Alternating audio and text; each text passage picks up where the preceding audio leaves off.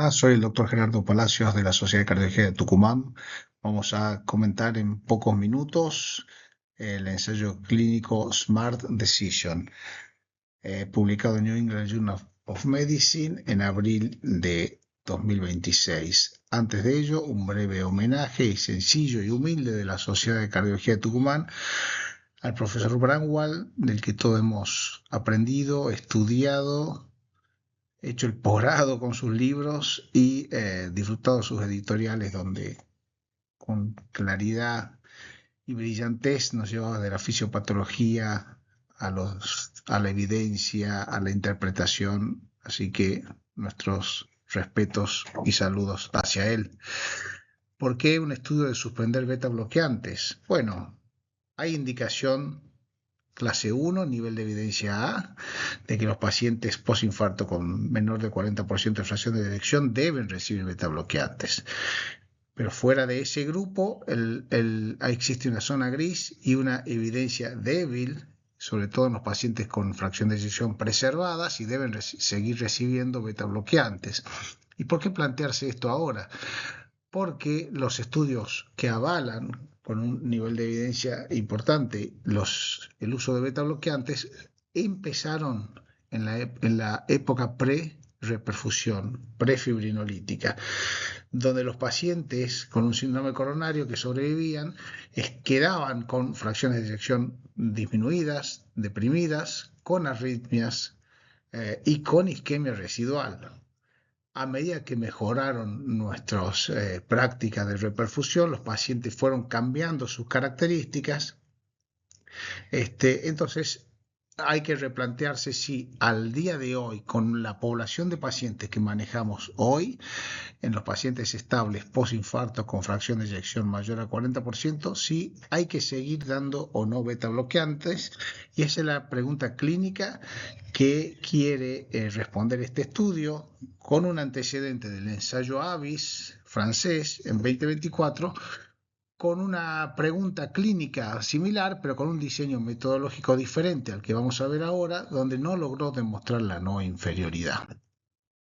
El Smart Decision es un estudio randomizado, controlado, abierto de no inferioridad, realizado, es multicéntrico, pero realizado en un solo país, que es Corea del Sur, con un importante número de pacientes enrolados.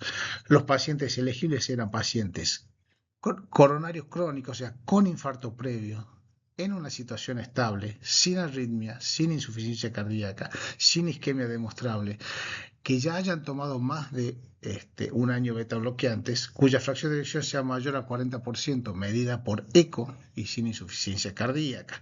Fueron randomizados a discontinuar el tratamiento o seguir tomándolo. Básicamente tomaban carvedilol, bisoprolol y un porcentaje menor nebivolol.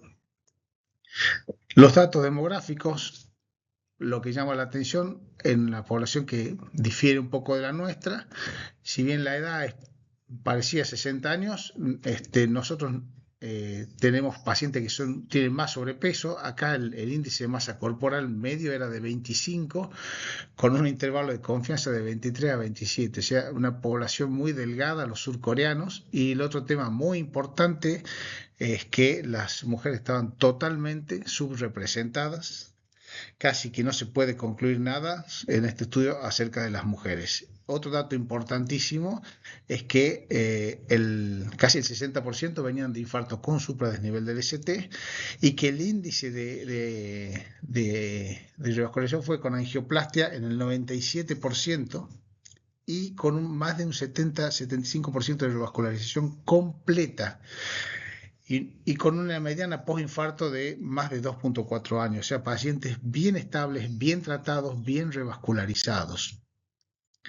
De los resultados principales, la no inferioridad quedó demostrada con una P significativa para no inferioridad, y para un margen preespecificado de un hazard ratio de 1.4. ¿Qué quiere decir esto? Parece una cuestión extraña, pero básicamente quiere decir que definieron un exceso de riesgo aceptable de hasta un 40% de eventos en los pacientes que dejaban los betabloqueantes. Eso es algo que se predefine según la relevancia clínica que consideramos antes del estudio. Entonces, los investigadores dijeron, no nos importa si los pacientes luego tienen exceso de eventos hasta este punto y eso lo vamos a considerar no inferior. ¿Mm? Es un poco alto, ya lo vamos a ver en las críticas, por eso es que lo comentamos acá. El estudio fue demostrada la no inferioridad para estos endpoints primarios y fíjense, no es un estudio de superioridad, pero fíjense que hubo menos eventos sin significancia estadística, naturalmente, pero hubo menos eventos en el grupo sin beta bloqueantes. En el análisis de subgrupo, al ser pequeños los subgrupos, por el número de pacientes, no hay ningún dato que se pueda mostrar claramente. El efecto está diluido entre todos los grupos. Con respecto a las fortalezas y debilidades metodológicas de este estudio, bueno, las debilidades que no es un estudio ciego, pero sí que tuvo endpoints primarios duros y que tuvo una adjudicación ciega de eventos. ¿Eso qué quiere decir? Que no hay duda en los eventos. No es que el paciente se internó, no sabemos por qué y vemos cómo lo interpretamos.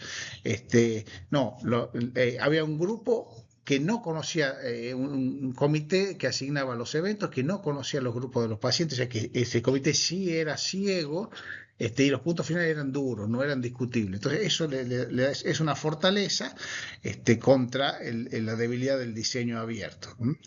Lo del margen de no inferioridad amplio lo acabamos de comentar. ¿Mm? El tamaño muestral fue adecuado, aunque hubo una tasa de eventos menor a la que esperada, por lo tanto hubo que reclutar más pacientes y prolongar el seguimiento. La población estaba muy bien estabilizada. La crítica es que se midió fracción de eyección por eco sin un criterio estándar, siempre al criterio del médico, como suele ocurrir.